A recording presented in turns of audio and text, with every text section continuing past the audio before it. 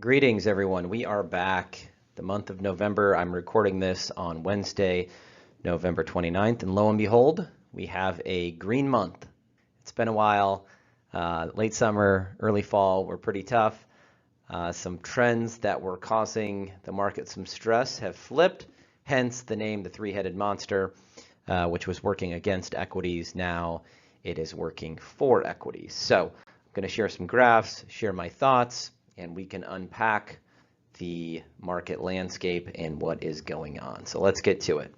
Like in months past, I have started to show various asset classes and the respective performance for the month that was. So we're a day short on this. Again, this is Wednesday the 29th, so not quite the end of the month, but everything has gone up. And over here, we have the various asset classes. This is the start of the month. This is where we're currently at today.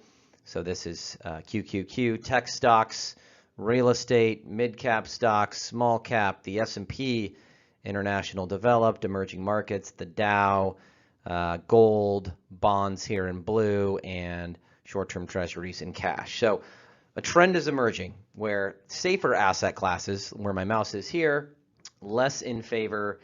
Investors found their risk appetite, and most equity asset classes are up, led by big tech once again. However, a silver lining is some of these beaten down, out of favor asset classes like REITs and small cap really caught a bid in the month of November and are right behind tech. So good to see some more breadth as opposed to just being the top performing tech stocks. Now let's get into the three-headed monster. So what is the three-headed monster? Well, this is leg one. This is the 10-year Treasury yield over the last 12 months. And when this is going up, that's yields going up. And you can see the yield here in the vertical axis. So at its peak, the 10-year Treasury reached just shy of 5%, let's call it. And in the month of November, that 10-year Treasury yield has gone down. And you can assign whatever reason, lower inflation, a softer talking Fed, but financial conditions have eased. And you think about the 10-year Treasury, and you might ask me why that matters. This is a proxy for 30-year mortgage rates. So mortgage rates peaked right around here, and while rates are still high relative to the last 10 years, they've gone down a little bit. So this is giving borrowers a bit of a break. This is the market sniffing out what the Fed does next, potentially pausing and then cutting rates. And again, a natural ebbing of inflation has helped this move lower as well. This is a picture of crude oil over the last 12 months. And crude also has had a nice sell-off over the past, call it, month or two. And this really accelerated in the beginning of October, late October, and into November. So this is a direct benefit for consumers, paying less at the pump, which flows through and gives them more discretionary powder to pay down debt or buy stuff. So this is a nice break for the Fed, because there's many inflation metrics that include the price of oil. When the price of oil is going down, inflation tends to go down, and again can buffer the U.S. consumers' pockets with the extra money. Lastly, the U.S. dollar. So back in the middle of 2023, the summer, the dollar really had a pretty aggressive run higher. And, you know, you can assign whatever reason that you'd like to, wars, higher inflation, a aggressive talking Fed, rates higher for longer, risk off appetite. But this has started to unwind, which is good. And if you think about a U.S. multinational company with business abroad, right? They're earning money in foreign currency.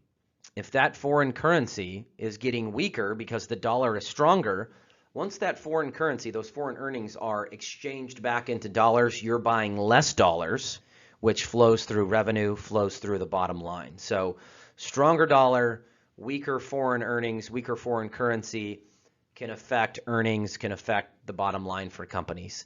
The reverse is also true. Right? A weaker dollar equals stronger foreign currency translated back into dollars. That could be a tailwind or a boost to corporate earnings. So there is a loose correlation, as we'll see in the next slide, between depreciating dollar, market going higher. I guess I should do this, market going higher. All right, so here is that graph. So this is the US dollar index at the start of 2022. You can see when the dollar is stronger, this line is going up. When the dollar is weaker, this line is trending down. The bottom graph is the S&P, right? When this blue line's going down, that's obviously the S&P going down. When it's going up, that stock price is going up. There is a loose inverse correlation between appreciating dollar, stronger dollar, lower stock prices, and then again, a weakening dollar, higher stock prices. So this isn't the only chart someone might need to watch, but it's a very important chart, and it goes back to what I just said. Weaker dollar equals stronger U.S. earnings for those multinational companies. It's no secret inflation has been falling in the U.S. Zooming out, what about other countries? So this shows a sharp drop in core inflation across economies that saw a post-pandemic surge. So this is G10 economies, ex-Japan, plus a couple of emerging markets. Don't mind that. Know that this graph captures inflation trends for countries that make up like 95% of global GDP. So this is a pretty good global snapshot. And you can see pandemic hit, inflation rocketed higher. Now, across the world in developed economies, the biggest economies on earth, inflation is going down. And if this trend continues, you know, there's this mythical 2% target that the Fed made up. It looks like we'll be there in early 2024, which is a welcome sight for not only the Fed, but for global equity prices. Now, everyone pays attention to what the Fed says, including us. Over the last 18 months, they've been talking tough on rates and inflation. Rates are going to be higher for longer. We've got more room to hike. Now that's starting to turn. It's starting to soften. The Fed is starting to say we have time. We're going to be patient. Rates are at the appropriate level. Even some of the most hawkish, the most aggressive in wanting to hike rates are starting to back off that narrative. Again, the market doesn't wait for the Fed to pause. The market is sniffing all of this stuff out.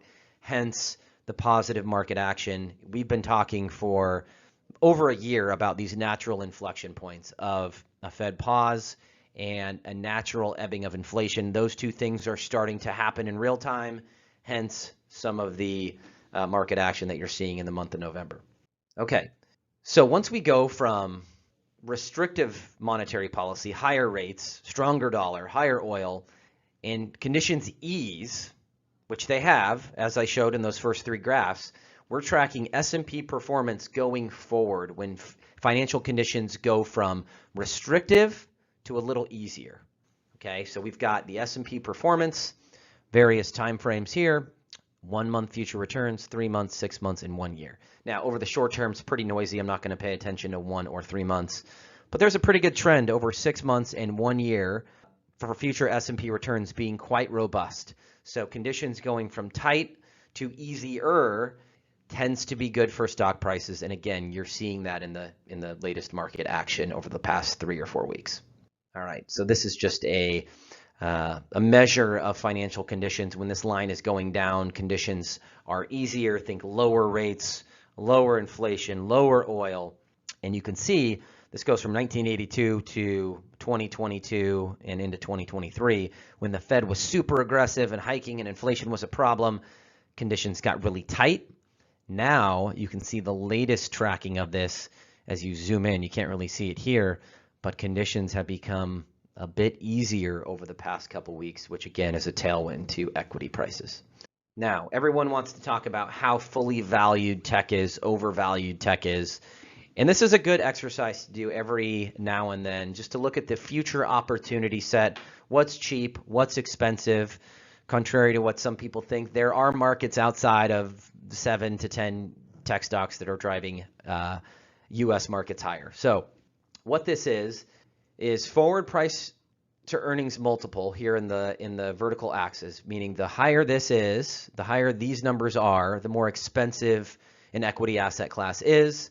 The lower these numbers, the more cheap or out of favor an equity asset class is. So this is calculated over the last 20 years. You can see the global markets or the equity markets that we're looking at. This red box is where the equity asset class is currently valued. This big light blue box is kind of the range that each of these equity asset classes have traded from a forward PE standpoint over the last 20 years. And then the blue box is just the median price to earnings ratio. Okay, so when this red box is way up here, that's near the top of the range, that's fully valued, that's expensive. So anytime the red box is high, as it is for US stocks, even US minus big tech is still richly valued. That could mean future returns could be lower. Conversely, on the other end, when this red box is low, that means the PE ratio or the equity asset class is relatively cheaper. That could mean future returns for some of these out of favor equity asset classes could be higher. Now, from year to year, PE is a lousy timing tool. So what's cheap can stay cheap, what's expensive can stay expensive, but there is empirical evidence to suggest what's cheap today over the long term, call it 10 years, might have a better risk return profile going forward or higher future returns relative to risk going forward. All right, so we're about to get into one of my least favorite periods of the year, at least as it relates to work, because this is when Wall Street and everybody comes out of the woodwork to tell every investor what happens next. For those that have been following my blog, you know at the end of the year, I take stock of what Wall Street said the previous year, compare it to what markets did. Usually they're so far off it qualifies as a wild guess as opposed to an informed opinion. They also start to predict around this time of year what happens next year. And, you know, I've been tracking this, and I believe the average tracking error is about 18% a year. So Wall Street says markets are going to do 10% next year, markets lose 8%. They think markets are going down by 8%, markets go up by 18%, or excuse me, by 10%. So that's their average error rate, 18%, which is ridiculous. So this is what Wall Street said last year about 2023. They expected a loss for the S&P of almost 5%.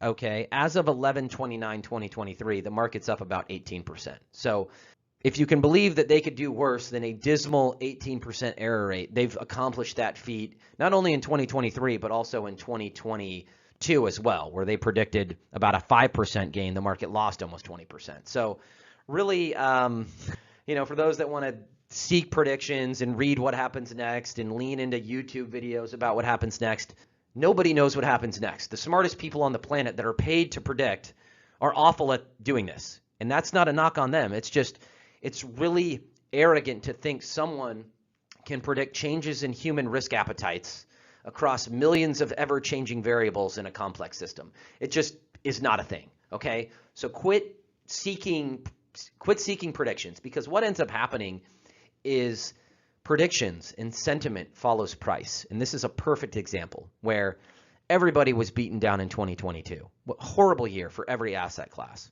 right? Higher rates, higher inflation, bad for everything. So that was very bad sentiment.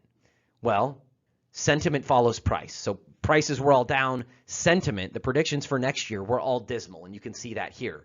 But markets don't work that way.